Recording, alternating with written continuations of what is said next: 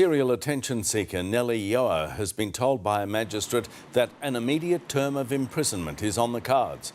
The self-proclaimed former professional soccer player faced court today ahead of sentencing for perjury offences. The 30-year-old has pleaded guilty to lying to police after claiming he was threatened by a woman with a knife in his Dandenong home in June 2016. He'll be sentenced next month. Two teenagers have turned on their classmates, opening fire at a school in Colorado, killing one and critically injuring several others. Alexis Daish tells us parents rushed to the campus, frantic for news, as children as young as 5 made a desperate dash to safety. A student ends his day on a stretcher, wounded after 2 shooters opened fire. It was a couple of their own schoolmates who armed themselves and stormed the campus in Colorado, shooting 8 victims, the youngest 15 years old. Kindergarten children among those evacuated. I was doing work in the study hall and then I see just a bunch of kids running out and saying, school shooter, and I'm like, what is this real or fake? One student died, an 18-year-old boy. As officers were arriving at the school, they could still hear gunshots, and as they were entering the school. Panicked parents heard word of shots fired and rushed to the school, trying to find their children. When the shooters came in, shooting, and she said that 2 of her classmates took the shooters down, and she was able to escape. Officers swooped on 2 gunmen. One was a child. Authorities confirming one of them had a handgun. We've got 2 in custody now, and we're putting together a couple rescue teams. This is a terrible event. Not again was one parent's immediate reaction. That's how rampant school shootings are here in the US. This latest deadly incident only kilometres away from Columbine High School, which just marked the 20th anniversary of its own tragedy. Another one that didn't need to happen. In the United States, Alexis Daish, 9 News. Former Baywatch star Pamela Anderson has visited Julian Assange in prison, describing him as an innocent man.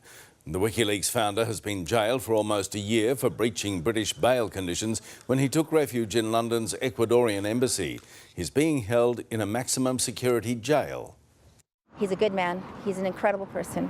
You know, I love him. I can't imagine what he's been going through. Assange says he'll fight an extradition request from the Americans over the leaking of classified documents. And a front porch shock for a man in Oklahoma when he opened a friend's screen door and was bitten in the face by a snake. The 1.5-metre bull snake was curled around a light and took exception to being woken. Fortunately, it wasn't venomous and the hospital cleaned the wound. The snake apparently not quite as lucky. Mildura has spent the day cleaning up after the city was caked in red mud from a monster dust storm. As Brett McLeod explains, there was a silver lining for some businesses. As Mildurans got out the sponges, brooms and hoses today, no one was cleaning up more than car wash owners. Today I'll be basically run off my feet, but it's going to be good for business. But it was bad for Jason Phillips' business, which is somewhat ironic given what he sells. Within probably 20 minutes, the store was just full of dust, even with the doors shut.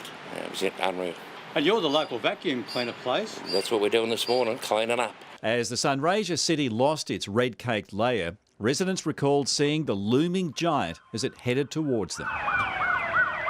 Oh my God. I thought it was going to eat us alive. The long, dry summer had left a deep layer of dried-out soil that was swept up in the powerful winds. Long-time residents said this sand wall was different to any previous one. Rolling red sand everywhere, but up the middle there was a black funnel. And I'd never seen that before. The nearest comparison was to the monster of 1968. You can see that the scale of it is very similar. But Alan Cameron says yesterday's was even more intimidating. But I don't think things went as dark in that one as they did in this one. We just went into total darkness yesterday, and that was something different. As many motorists struggled on in the dark, one farmer found himself lost on his own property. In the tractor, a bit of a dust storm coming over. Knows where I am in the paddock. He made it home once the dust settled.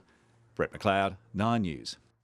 Lavinia's here now, and wasn't it great to hear rain on the roof last night, Lavinia? Always a comforting sound, Pete, and the timing couldn't have been better.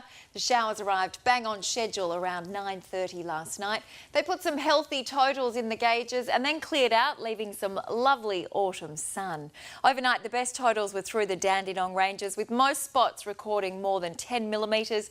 Monbulk did the best with 16, Cranbourne collected 13 and then added another 5 after 9 a.m.